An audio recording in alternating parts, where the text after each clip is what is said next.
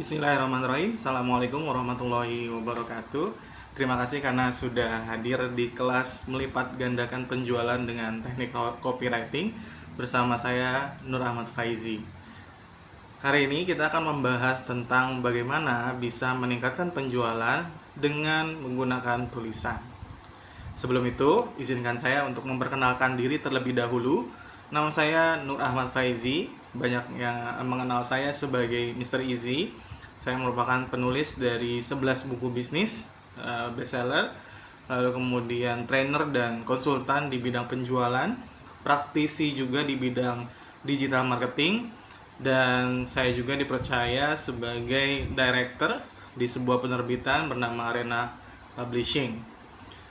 Saya bisa teman-teman hubungi di Facebook saya Nur Ahmad Faizi, atau mungkin teman-teman juga bisa follow di IG saya @mr.easy.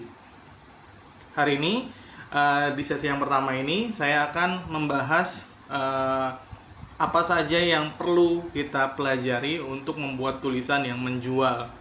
Sebelum itu kita akan perjelas terlebih dahulu apa yang menjadi objektif atau tujuan sesi pertama ini. Sesi pertama ini kita akan membahas tentang apa sih yang menjadi kebutuhan seorang customer dan bagaimana memenuhi kebutuhan dan keinginan tersebut. Ya.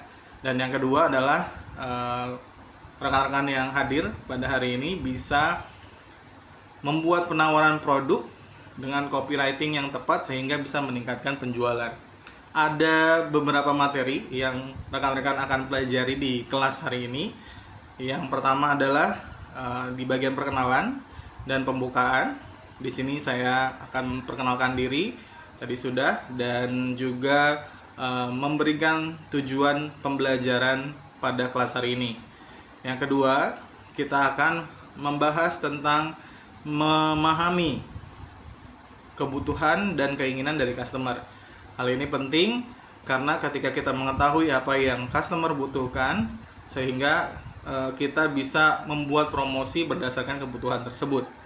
Yang berikutnya kita akan masuk mulai ke penulisan iklan, yaitu bagaimana membuat judul yang menjual, di mana 3 detik pertama yang customer baca di iklan kita atau di promosi kita adalah bagian judul. Kalau ini menarik, maka dia akan lanjut ke pembahasan atau penawaran kita.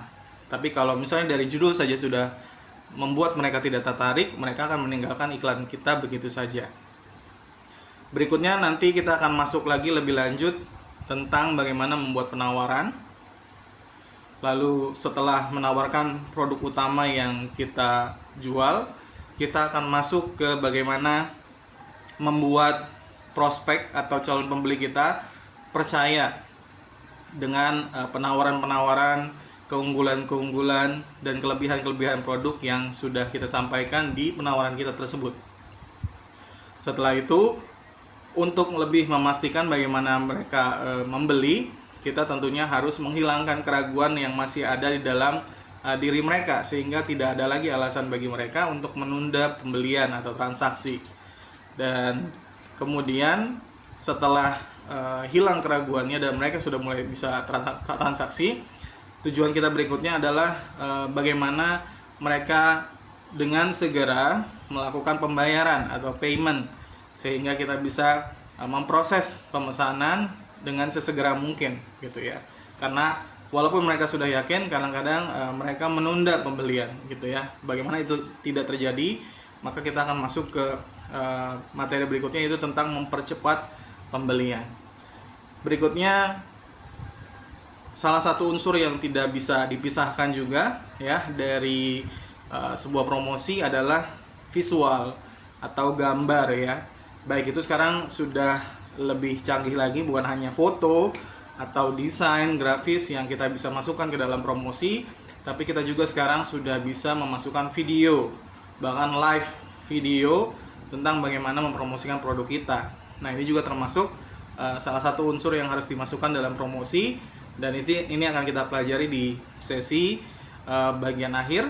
Dan penutup kita akan membahas tentang teknik closing Nah, teknik closing ini untuk memastikan teman-teman atau prospek yang memang awalnya sudah berniat membeli, hanya saja mungkin menunda atau masih ragu dengan pemesanannya.